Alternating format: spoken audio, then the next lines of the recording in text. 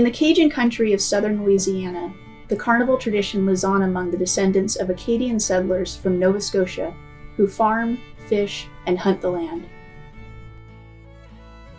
Today, carnival traditions vary from town to town, but most have a career to Mardi Gras, or Fat Tuesday run.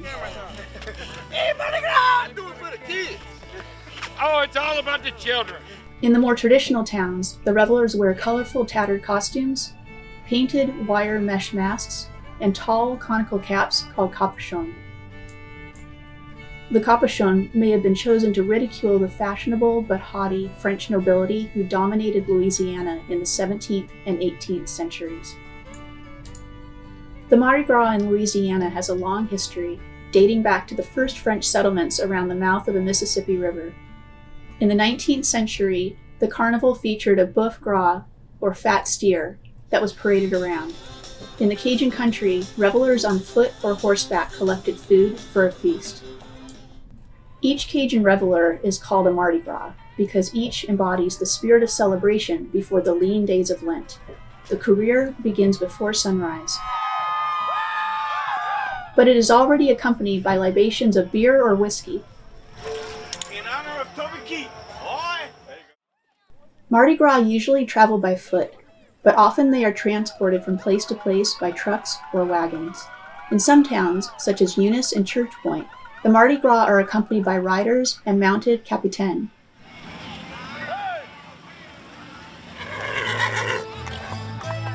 Other towns, such as Basile, Timamu, and Iota, use no riders.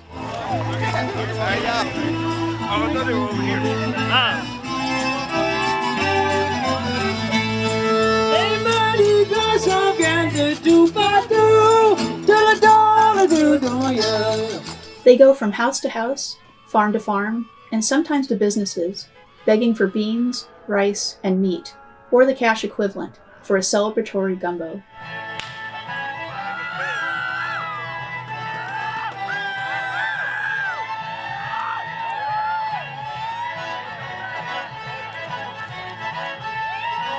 Traditionally, the head captain approaches the home or farm to ask permission for the Mardi Gras to enter the property. While they wait, the captains have to keep the Mardi Gras in check, sometimes with whips.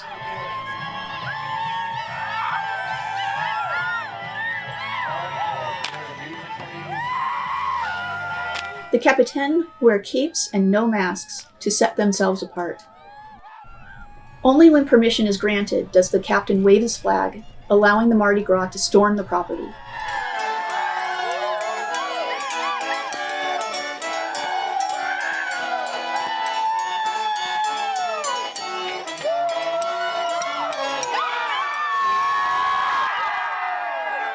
That's when the party begins.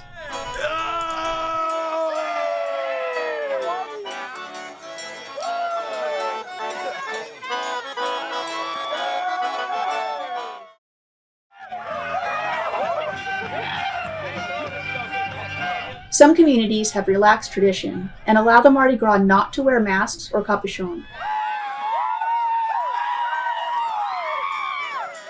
In others, such as Basile,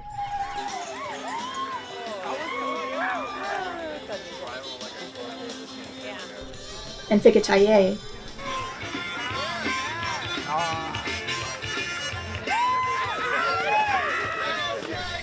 the traditions are more strictly observed. Costumes and masks are mandatory at nearly all times. Listen up. We're gonna sing Mr. Wayne.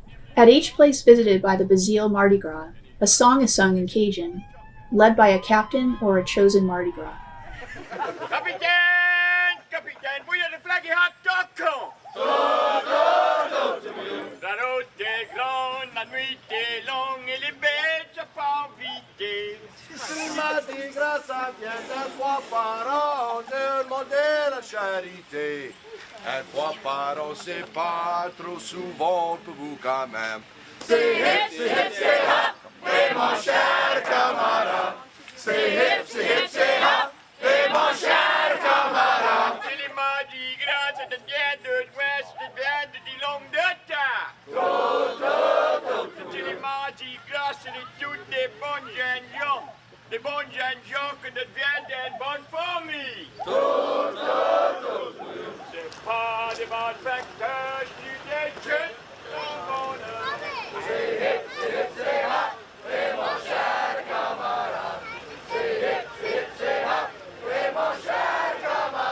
Mardi Gras, c'est le monde de la maîtresse. Et la maîtresse pratique pour grâce du riz ou de la graisse.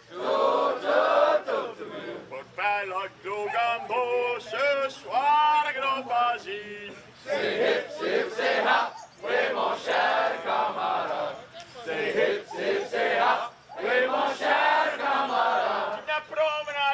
Tu m'apprends la somme et tu m'en donneras pas.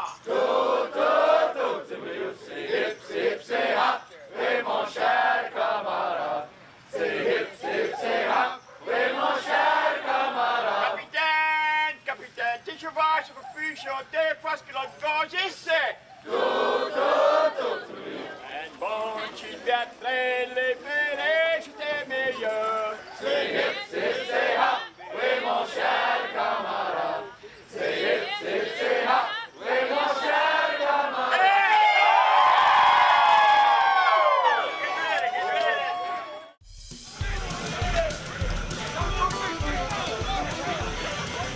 A captain or assistant then throws a chicken, and the Mardi Gras race to catch it.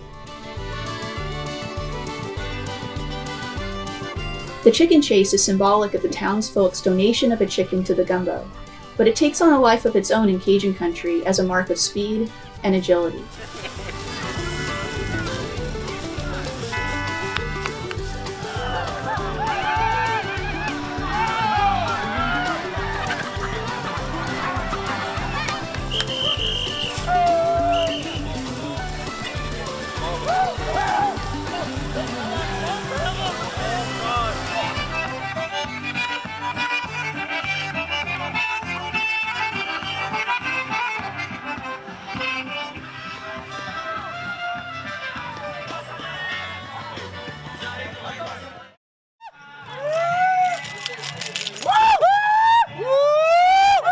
The Mardi Gras are notoriously mischievous.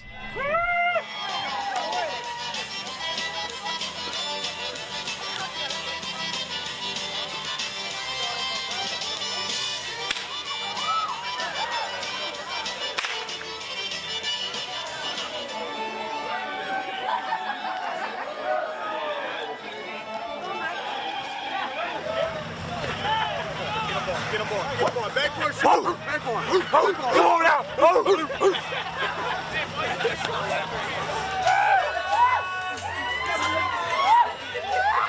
Hey, I'll be careful up there right there.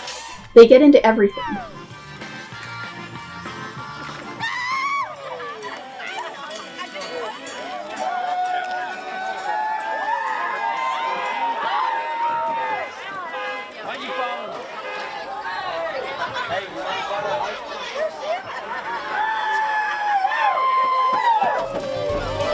They play pranks.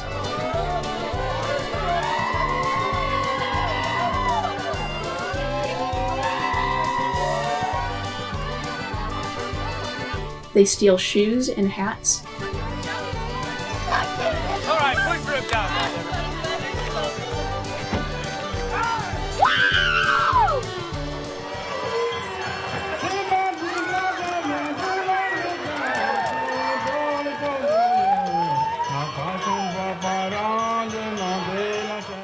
This one stole the museum director's shoe and seemed to think it's a phone.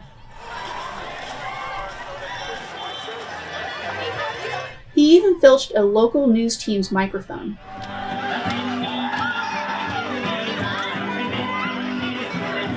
Even children can be carried away.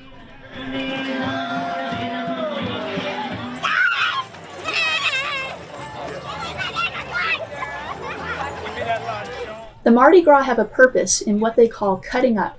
The goal is to get donations for the gumbo.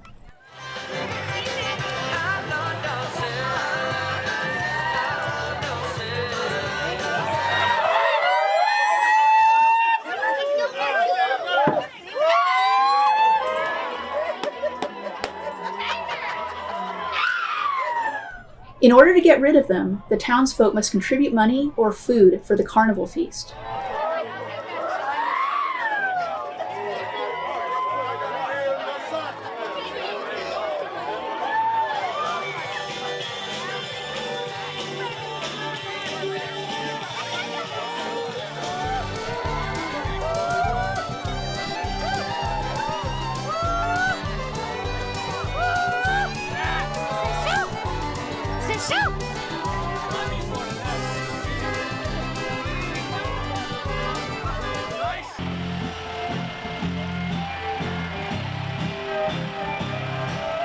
But some things they do just for fun.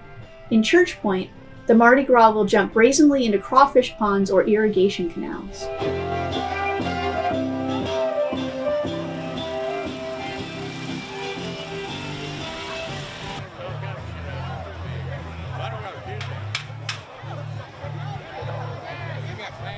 The Church Point Mardi Gras also has a competition for catching greased piglets in a corral.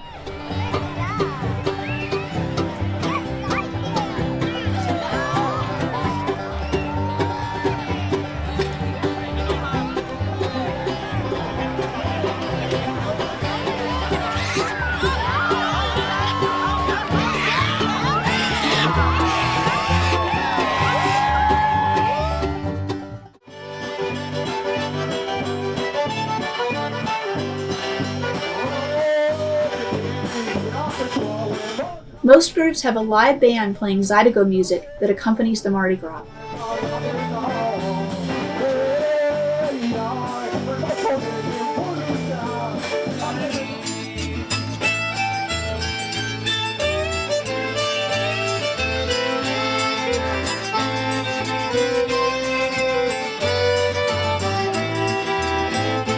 The remaining traditions differ from place to place. In some towns, like Eunice, the traditional begging is no longer common.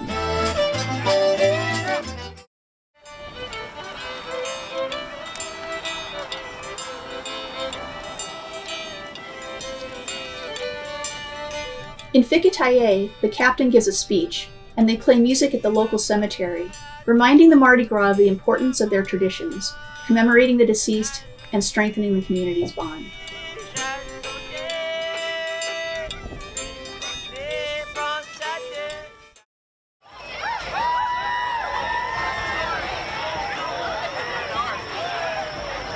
In some places, the run passes through downtown, where the townsfolk line up to cheer on the Mardi Gras.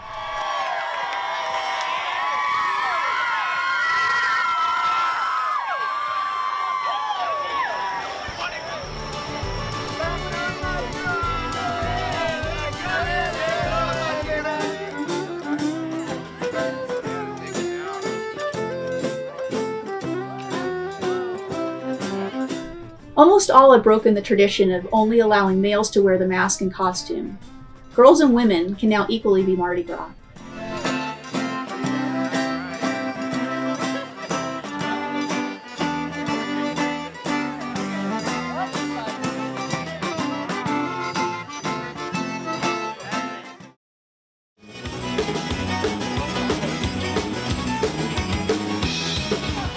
Some groups distribute awards after the runs. In Basile, for example, there are male and female awards for prettiest Mardi Gras, ugliest, most original, and best all around.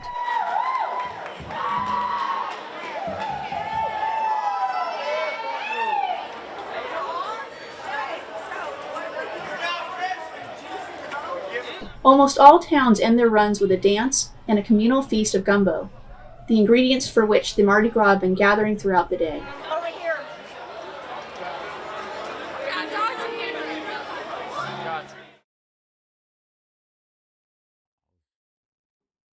Shannon Moreau runs in the Mardi Gras of his hometown, Basile.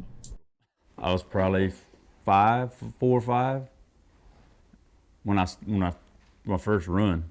I was younger than that. I mean, I would be in the house hiding behind the door because I was scared in a Mardi Gras suit.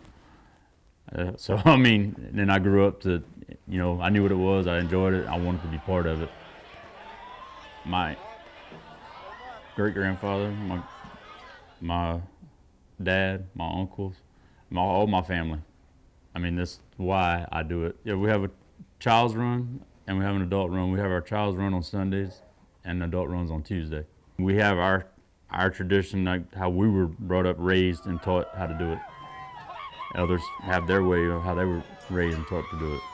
I live in Welch. My family's from Basile. Welch had their own years ago. They don't dress like us. They don't wear the capuchon, the mask, and the traditional suits and everything. Here we do. Timamu, they wear theirs pretty much the same way we do. Their masks are different, but everything pretty much the same. Our songs are different. Some make their own. Some will help. You know, if somebody calls me, hey, could you make me a mask? I'll make them a mask. You know, if they don't know how to do it, I'll do it, or we'll find somebody that can do it. That way everybody has a screen mask. I mean, years ago, it was, what I was always told, it was just whatever scraps Grandma had left, they could round all that up, put that together, make a suit out of it. I don't sew, so I have a lady that does mine, but I put what I want together and I give it to her, and she sews mine, my wife, my kids. We have all our suits made, but there's some that can still sew their own suit. My family is why I do this. I mean, I want to carry on the tradition that they started years and years ago and just keep it on, because I mean, we're losing our history, and so that's why I want to keep it going. Cheryl Young serves as the secretary to the Basile Mardi Gras Association. I was secretary for 24 years. I've been a Mardi Gras for 35. Some refer to me as the Mardi Gras fairy, because they just show up and Mardi Gras happens and they don't know how it happens. Yeah, we entertain and try to put a show for the people. And in turn, we ask for something from the people. But we just don't take from the people. We also invite them same people to enjoy the communal gumbo, the feast before the fast. Kindy de Villiers is a popular maker of masks and costumes in nearby Eunice. I started making masks in probably about 2016. The way I started making masks, I guess, was I started making costumes for family and friends and our children, and just one day decided to make some masks for them, and my mom kind of knew how to do the screen mask, so she showed me a little bit and I just kind of put my own twist on them, and I just started making them for friends and started selling them. I usually make about 500 a year, close to 500. I probably make maybe 200 costumes a year. I make more of the masks than costumes, really. You're supposed to wear the capuchon, mask, and costume, the whole attire, before you can run. So I started making them and selling them, and I'm probably the only one around this area that makes them, the screen mask. I guess maybe the girl masks are more like cute, shiny, you know, light colors, but it depends because everyone wears different. Maybe the guy mask might have long beards on them, or, you know, different things, moss, different things like that. A lot of my materials I find just at different antique stores, bargain stores. Some, I mean, I buy, you know, Hobby Lobby or online, wherever, but just all over, anywhere. Some people clean out their closets and give me their material they don't use anymore. I used to run years ago.